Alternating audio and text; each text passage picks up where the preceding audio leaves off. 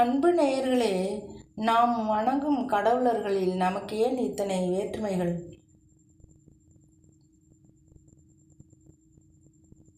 அதாவது நமது தெய்வங்களில் இஷ்ட தெய்வங்கள் இருக்கலாம், கட்டாயமாக ஒவ்வொருவருக்கும் இருக்கும். அதற்காக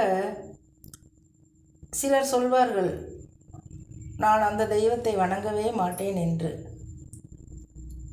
எப்படி இப்படியெல்லாம் மனம் வருகிறதோ தெரியவில்லை.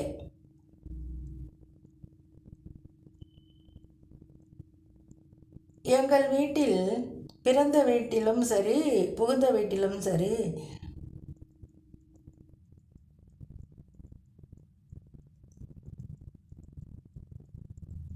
ஏழுமலையானை அதாவது அன்றாடம் பூஜிக்க மாட்டார்கள்.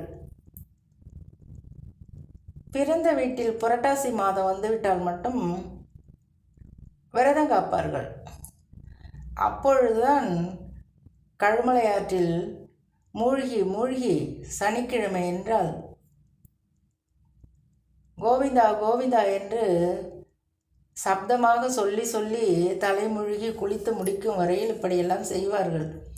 அந்த 30 நாளும் கடுமையான விரதம்தான். உறவினர்கள் வீட்டில் கூட தண்ணீர் குடிக்க மாட்டார்கள், அப்படி இருப்பார்கள். ஆனால் எனது கணவர் வீட்டில் புரட்டாசி விரதங்கள் கூட இருக்க மாட்டார்கள். தஞ்சை மாவட்டத்துக்காரர்கள் வெங்கடாஜலபதி என்றே தான் சொல்வோம். யாராவது திருப்பதிக்கு சென்று வந்து ஒரு படம் வாங்கி வந்தால் அதை வைத்திருப்பார்கள். இப்படியே தான் வாழ்க்கை ஓடியது. துர்கா நகர் வந்த பின்பு கதையே மாறியது. அதாவது எங்கும் பெருமாள் கோவில் என்று சென்றதில்லை.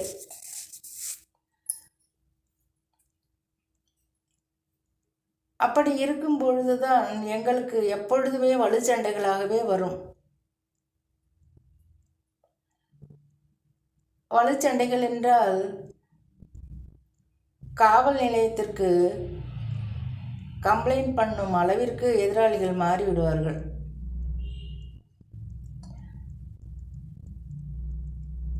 அநியாயமாக பழியை போடுவார்கள் எனது கணவர் மீது.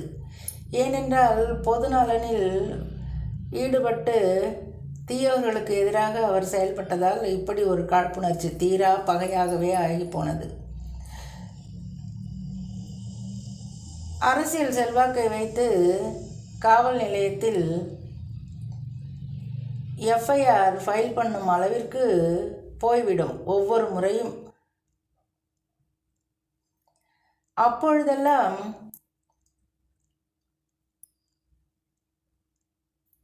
காவல் நிலையத்தில் யாராவது ஒரு அறிந்தவர், உயர் பதவியில் இருப்பவர் யதார்த்தமாய் அவருடைய வேலைக்காக வந்திருப்பார். பிறகு எனது கணவரை பற்றி காவல் நிலையத்தில் சொல்லி, இவர் ஒரு தமிழ் ஆசிரியர், நல்லவர் அப்படி என்று சொல்லி அதை அன்றோடு முடித்து விடுவார். ஆனால் அப்படி வருபவர் பெருமாள் பக்தராகவே இருந்தார். நாமம் தரித்து இருப்பாராம். எனது கணவர் வந்து சொல்வார், ஒரு முறை அல்ல, இருமுறை அல்ல, இப்படித்தான் நடந்தன.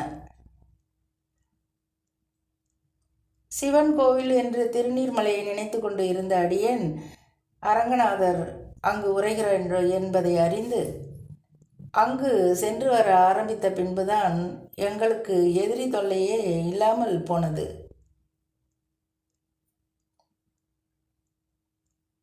அப்படி ஒரு நிம்மதி கிடைத்தது. அரங்கநாதனை கண்டு வந்தாள்.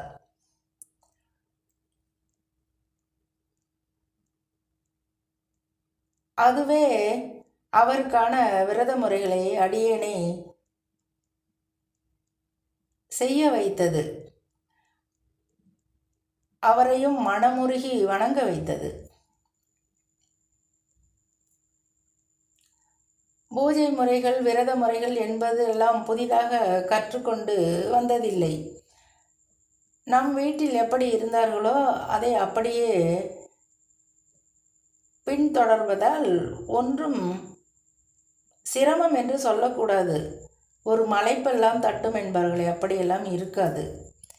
ஏனென்றால் மூத்தோர் சொல் ஒரு மந்திரமாகவே எங்களது வாழ்நாளில் ஆகிப்போனது. அவர்களுடைய பழக்க வழக்கங்கள் எங்களுக்கு ஒரு நல்ல பாடமாக அமைந்தன. இப்படி தெய்வங்கள் நம்மை நினைத்து கொண்டுதான் இருக்கின்றன. நாம் தான் நினைப்பதற்கான நேரம் வரவில்லை என்று தான் சொல்ல வேண்டும். அந்த நேரத்தையும் தெய்வங்கள் தானே கணிக்கின்றன. இப்படி இருக்கும் பொழுது நம்முடைய தெய்வங்கள் எல்லாம் நமக்கு எப்படிப்பட்ட நன்மைகளை செய்கின்றன? நாம் பேசாமல் இருந்தாலும் நம்மை வணங்க வைத்து விடுகிறார்கள்.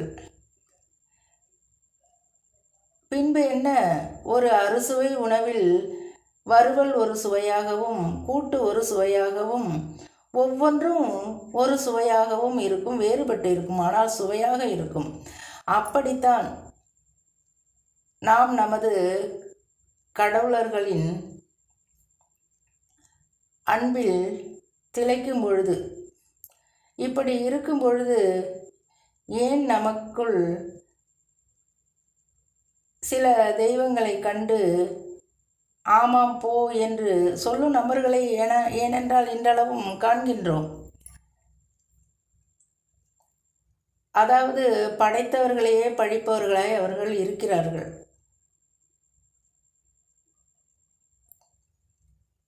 இத்தனை வேறுபாடுகள் நமக்கு எதற்கு அன்பு நேயர்களே?